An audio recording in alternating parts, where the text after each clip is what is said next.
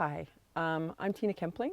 I'm a local Salt Spring Islander. I'm a business owner, and I'm actually have a strong opinion, I guess, about this upcoming incorporation vote. And I wanted to speak today to basically let you know my opinions, and I guess hopefully give a different angle that other people might not have thought about. I moved to Salt Spring Island 20 years ago, and I chose to live here specifically because I grew up on the Sunshine Coast, and when I was looking to possibly head back or to leave the lower mainland, I found it to be a lot more developed than it was as I remembered. And having gone back there, I would say last year, so it's been 30 years, it's insane. Where I used to live doesn't look like it did anymore. There's big box stores, there's London Drugs, there's um, Canadian Tire, there's strip malls, and there's a giant highway that goes from Gibson's all the way to Seashelt. And this isn't really what I wanted. So when I found Salt Spring, I was blown away how beautiful it is, how rural it is. It has sort of the look and feel of what I remember growing up on the Sunshine Coast. And I was surprised at the development on the coast because I was came from, I guess you would say, the hippie, where all the hippies live, in Roberts Creek. And a lot of people are pretty eco-conscious. So I was just kind of struck with that this has happened there. That being said, when I decided to move to Salt Spring, since living here in 20 years, I haven't noticed the same level of development. And the only thing that I can think of that has created that difference is the fact that we're not we're not a municipality. In 20 years, our population has stayed basically static. And in that time, I've built a home, started a business, raised a family, and done all those things without any problems with regards to our local governance. So when I'm hearing all these people saying negative things about what's going on, I guess my frame of reference is I don't understand exactly what the problem is, because I've been able to live a full and wonderful life here for 20 years. So anyway, I guess the reasons why I have come to the conclusion that I think incorporation isn't a good thing. Number one, it seems to me, based on my personal experience and based on the slowness of development on Salt Spring, that the Islands Trust is a key component to that. Keeping our land use planning away from, I guess, the money is really important. So that's, I think, the first reason. And then I guess the second reason is that I looked around and I heard that Bowen had incorporated. So I thought, well, I wonder what their experience was. And weirdly, when I was reading through the incorporation study, that's where I found some of the chief arguments against incorporation. For instance, it took them 8 years to get their legs. They fought and they fired people, and it was ongoing. Apparently, anyway, it didn't seem like a smooth process, and they had very little forward motion for. And the thing is that it sounds like the concerns of the people, everyone who's pushing for incorporation, their needs are immediate. So it's curious to me that they want a brand new system that's going to take a while for people to create any sort of movement. That's what Bowen had. And then the other thing about Bowen is that the first mayor, she came to Salt Spring and she actually spoke to people. And what she said was, after they had incorporated, was that she was really surprised at the actual cost of roads. The actual cost. She said that the province actually wouldn't give them the numbers, and that they had incorporated without those numbers. And Salt Spring's basically on the verge of doing the same thing. And the other thing is that there's no do-over. Once we make this change, we're in this system.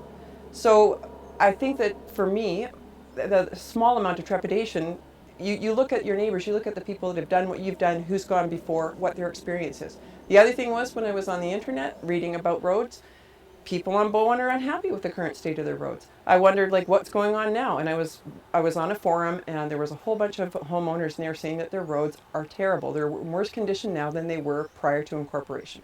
And my third reason for basically having strong feelings about this is that I have another interesting background. I worked at a community newspaper for 6 years in Langley.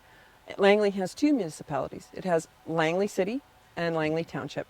And we paid attention bi-weekly, twice a week, about all the news that was coming from both of those ruling bodies. And I will tell you that all the things that people are talking about what we will have after incorporation, I witnessed all those same problems through a municipality. For instance, this whole idea of NIMBYism. My neighbor's going to be telling on me. Well, guess what happens? Any system that basically works on bylaw infractions is basically on a neighbor reporting basis. It's one person saying, I don't like that you put that fence there. That's how it works. So I was, in reading arguments about for incorporation, that's one of the ones that I came across, and I thought, well, that doesn't make sense. And the other thing I would honestly say about municipalities is that they're just another structure of government, and adding another layer, at least in my mind, another layer, I think isn't going to make things more simple. I think it's going to make it more complex and more difficult. One of the other things that people were complaining about Islands Trust over the years, and actually I sort of took part in it to a certain degree from paying quite close attention, was the whole Salt Spring Coffee thing. And there were so many points that people were making with regards to the fact that we lost this important company and there was all these jobs, et cetera, et cetera. I even heard the business owner declare that, he had been given permission to, buy a piece of property. It was within the zoning, that the Islands Trust told him this. Well, first of all, government officials don't promise things like that. You go through the vetting process like everyone. You don't get to cut to the front of the line, and if you do, then that's actually corruption. So regardless, the thing is that in Langley, when I lived in Langley, I happened to have a neighbor like Salt Spring Coffee. I happened to have Money's mushrooms within a few blocks, and I will tell you that you know what mushrooms are grown on? They're grown on manure, and the odor is horrific. And for the 11 years that I lived here, it affected my quality of life. I would go out into the garden and there was the odor. So I found out years later, probably about 4 or 5 years after I moved to Salt Spring, that finally Langley City was able to get compliance from Monies. They had spent years wrangling with them, dealing with the complaints, because once they were in this rural setting, they were creating all kinds of havoc. And eventually they put in systems that dealt with the odors. The thing is that Salt Spring Coffee, since moving to Richmond, has that exact same problem. They've actually had neighbors say, we can't stand the smell, it's terrible. So I had no issues with the fact, I never took issue with the fact that Islands Trust said this wasn't a good idea for those rural neighbors, because this is their most important investment. It's their home. Right next door. You don't want that next door with your biggest investment. I guess I could say the final thing that made me decide that I was going to vote no is that I don't think the development pressure is going to stop. I actually personally believe that unless you or I or other people are going to stop having babies, that the world is going to continue to grow, and there's going to be more pressure on the environment, and that's just how it is. And to think anything else is crazy. And the idea of opening up the door to development, even if it's the slightest crack,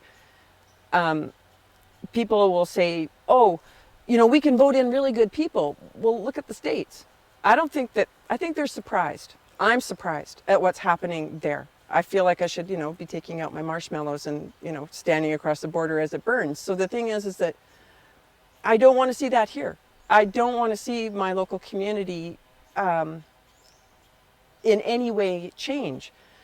I can understand a small amount of growth or measured growth, that's fine with me. But just to be full on 4 or 5 times the population, we have a really delicate ecosystem here. We need to protect it.